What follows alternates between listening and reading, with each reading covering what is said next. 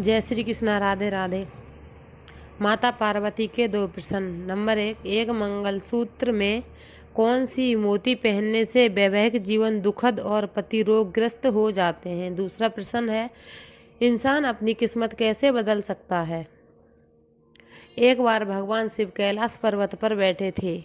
माता पार्वती भगवान शिव के पास पहुंच जाती हैं और हाथ जोड़कर प्रार्थना करती हैं कि प्रभु, मेरे दो प्रश्न हैं, आप इन प्रश्नों के उत्तर देकर मेरी शंका को दूर कीजिए।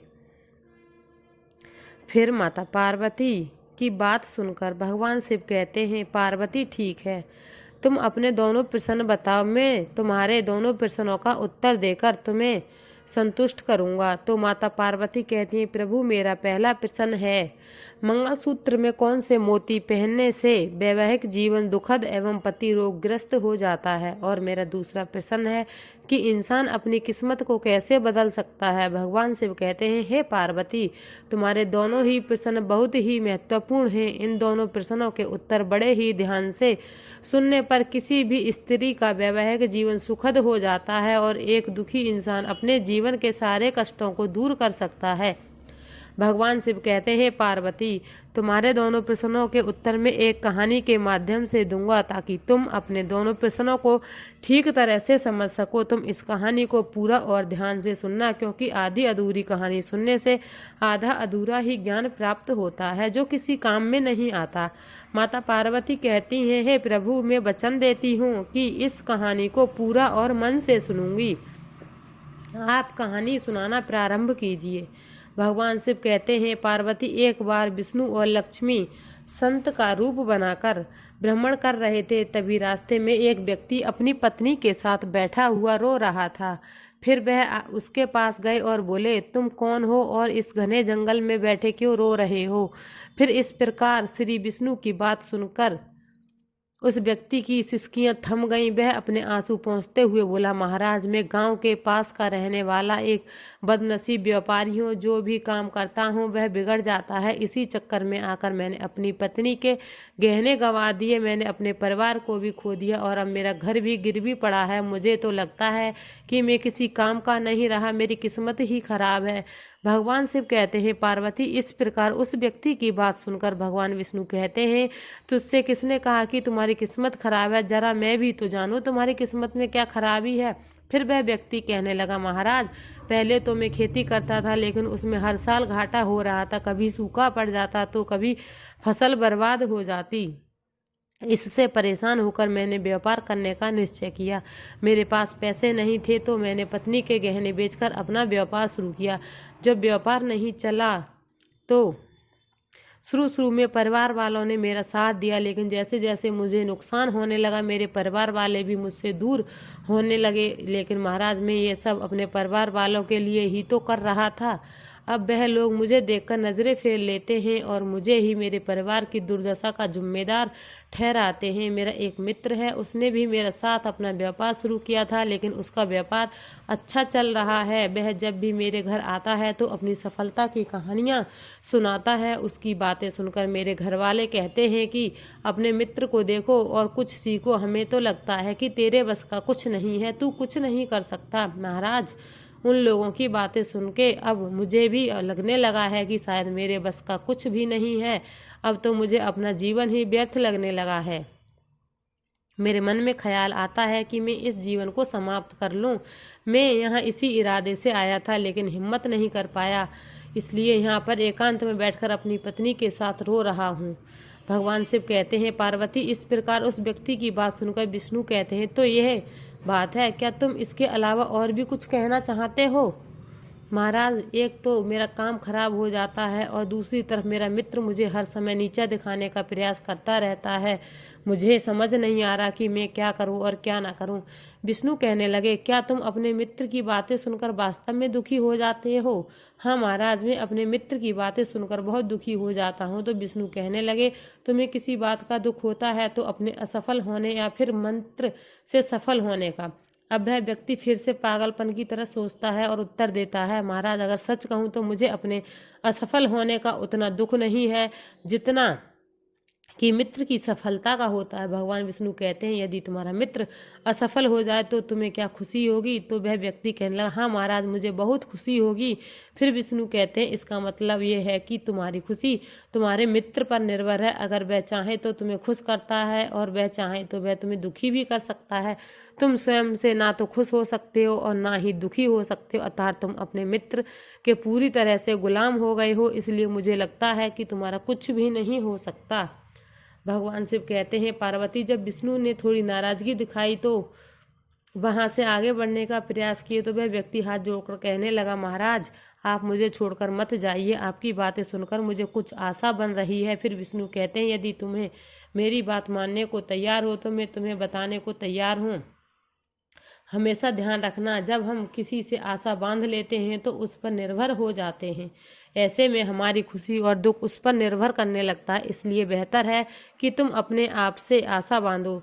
जब तुम ऐसा करोगे तो साथ ही पूरी मेहनत से काम करोगे तो तुम्हें असफलता प्राप्त नहीं होगी और तुम्हें सफलता अवश्य प्राप्त होगी। भगवान शिव कहते हैं पार्वती, इस प्रकार विष्णु ने अपनी बात आगे बढ़ाई और कहा कि तुम्हें लगता है तुम्हारा मित्र तुम्हें दुखी करने आता है, पर अगर तुम उसकी बातों पर विचार करो तो वह बातें सही कहता है। तुम्हें अपने मित्र की बातें खराब लग सकती हैं, मगर मेरी नज़र में तुम्हारे मित्र की बातें बिल्कुल खराब नहीं है। वह अपने संघर्ष और अनुभव की बातें तुमको बताता है। तुम अपने मित्र की बातों को ध्यान से सुनकर उन बातों पर अपने जीवन में उतारकर बहुत कुछ सीख सकते हो। तुम्हें उसके लिए उसे धन्यवाद करना चाहिए कि तुम्हें घर बैठे कुछ अनुभव मिल रहे हैं, क्योंकि तुम्हारा मित्र तुम्हें अपनी सफलता की कहानी सुनाता है कि वह सफल कैसे हुआ।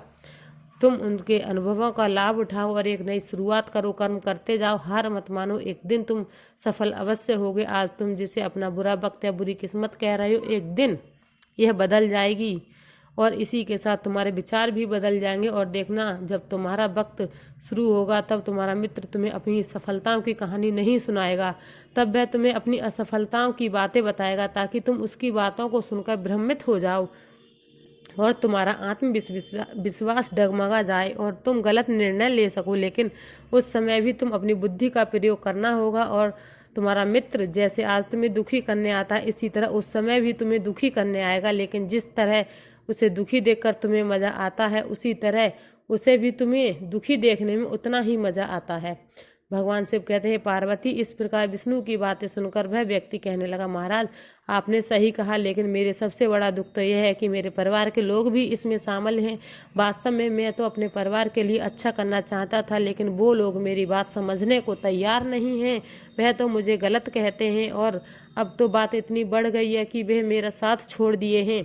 भगवान शिव कहते हैं पार्वती, विष्णु कहने लगे, मैं तुम्हारी बात समझ गया और तुम सांत्वना चाहते हो। वास्तव में इस दुनिया में सभी लोग सांत्वना चाहते हैं। हम चाहते हैं कि हम जब भी कुछ करें तो लोग हमारी प्रशंसा करें, लेकिन आमतौर पर ऐसा होता नहीं है, इसलिए हम दुखी हो जाते हैं। हमें लगता है कि हमारे मित्र परिवार वाले सब मतलबी हैं। लेकिन तुम अगर किसी को अपना परिवार मानते हो और उसके लिए कुछ करना भी चाहते हो तो तुम्हें ऐसा क्यों लगता है कि तुम दूसरों के लिए कुछ कर रहे हो? वास्तव में तुम अपनी खुशी के लिए ही कर रहे हो। इसलिए परिवार के लिए जो भी कुछ करना है वास्तव में अपने लिए ही करना होता है। लेकिन अगर ऐसा समय तुम्हें लगता है कि तुम दूसरों के लिए कर रहे हो तो तुम दुखी निश्चित रहोगे, और अगर तुम्हें लगता है कि तुम अपने लिए कर रहे हो तो तुम खुश रहोगे, क्योंकि जब तुम अपने लिए कुछ अच्छा करते हो या करना चाहते हो तो तुम्हें सांत्वना की कोई ज़रूरत नहीं पड़ती। भगवान शिव कहते हैं पार्वती, फिर तो विष्णु की बातें सुनकर उस व्यक्ति के चेहरे के भाव बदल गए और वह कहने लगा, महाराज आप सही कह रहे हैं। मैं समझ गया कि अब तक मेरी खराब किस्मत इसलिए थी क्योंकि मैं दूसरे के हाथों में थी। अब मैं अपनी किस्मत को अपने हाथों में रखूंगा और पूरी मेहनत लगन से काम करूंगा और सफल जरूर होऊंगा। तब भगवान शिव कहते हैं पार्वती, इस प्रकार उस व्यक्ति की बात सुनकर भगवान विष्णु मुस्कुराए और एक डिबिया निकाली और उस व्यक्ति को डिबिया दे दी। कहा, इस डिबिया को हमेशा अपने पास रखना, इसमें ऐसा राज है जो तुम्हें बड़े से बड़े दुखों से बाहर निकालेगा। लेकिन एक बात का ध्यान रखना, इस डिबिया को तभी खोलना जब तुम्हारे जीवन में जीने का कोई मार्ग दिखाई न दे, तुम्हें लगे अब इस दुनिया में जीना बेकार है, और यदि डिबिया तुमने समय से पहले खोल दी तो बहुत सारे राज खत्म हो जाएंगे।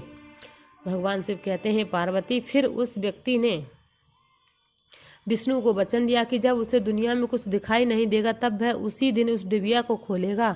इसी प्रकार लक्ष्मी ने एक डिबिया निकाली और उस व्यक्ति की पत्नी को दी और कहा, इस डिबिया को स्नान करने के बाद तुम्हें कल खोलनी है, फिर तुम्हारे जीवन के दुख हमेशा के लिए दूर हो जाएंगे और सभी काम बनने लगेंगे।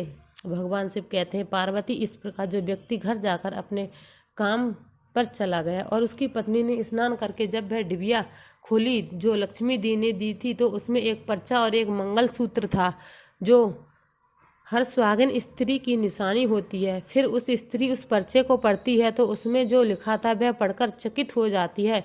इस समय माता पार्वती भगवान विष्णु की बातें सुन रही हैं और शिव से पूछती हैं, प्रभु उस पर्चे में ऐसा क्या लिखा था जो वह स्त्री पढ़कर चकित रह गई। फिर भगवान शिव कहते हैं कि तुम जानना चाहती हो कि उस पर्चे में क्या लिखा था, तो उस पर्चे में पहले प्रश्न का उत्तर लिखा था। तो पार्वती कहती है, प्रभु वो कैसे। शिव जी कहते हैं कि तुम्हारा पहला प्रश्न था कि मंगलसूत्र में कौन से मोती पहनने से वैवाहिक जीवन दुखद और पति रोगग्रस्त हो जाता। सुनो, तो उस पर्चे में लिखा था कि बेटी तुम्हारे जीवन में दुख और तुम्हारा पति रोगग्रस्त इसलिए है कि तुमने जो मंगलसूत्र पहना है उसमें केवल पीले रंग के मोती हैं, और जो मैंने मंगलसूत्र तुम्हें दिया है उसे पहनो। इसके अंदर एक पर्चा है, उस पर्चे में मंगलसूत्र के बारे में विस्तार से लिखा है। उस पर्चे को बड़े ही ध्यान से पढ़ो और मंगलसूत्र के रहस्य को समझो और उसके नियमानुसार धारण करो।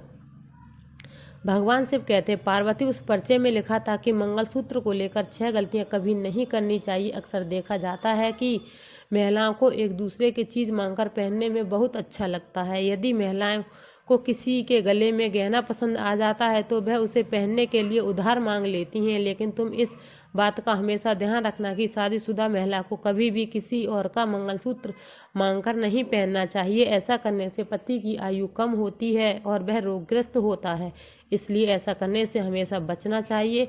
उस पर्चे में आगे लिखा था कि हर मंगलसूत्र का निर्माण काले मोती और सोने से किया जाता है, इसलिए एक बात का विशेष ध्यान रखें कि मंगलसूत्र के अंदर काले मोती और सोने के मोती अवश्य होने चाहिए, क्योंकि काले रंग के मोती हमेशा लोगों को बुरी नज़रों से बचाते हैं, जिससे आपके सुखी दाम्पत्य जीवन को लोगों की नज़र नहीं लगती। इसलिए कभी भी ऐसा मंगलसूत्र नहीं पहनना चाहिए जिसमें काले मोती ना हों।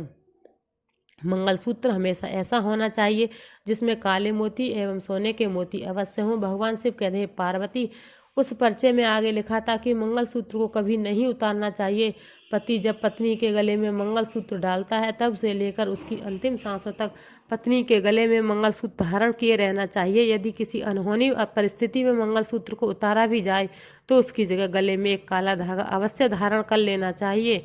भगवान से कहते हैं, पार्वती उस पर्चे में आगे लिखा था कि मंगलसूत्र अचानक गले से टूटकर गिर जाता है तो उसे अपशगुन माना जाता है। ऐसे में पति के स्वास्थ्य को हानि या रिश्तेदारों में दरार हो सकती है, इसलिए कभी भी गले को कमजोर मंगलसूत्र धारण नहीं करना चाहिए। भगवान शिव कहते, पार्वती मुझे पूरा विश्वास है कि तुम अपने पहले प्रश्न का उत्तर मिल गया होगा। तो पार्वती कहती है, प्रभु मुझे मेरे प्रश्न का उत्तर मिल गया है और मैं पूरी तरीके से संतुष्ट हूँ।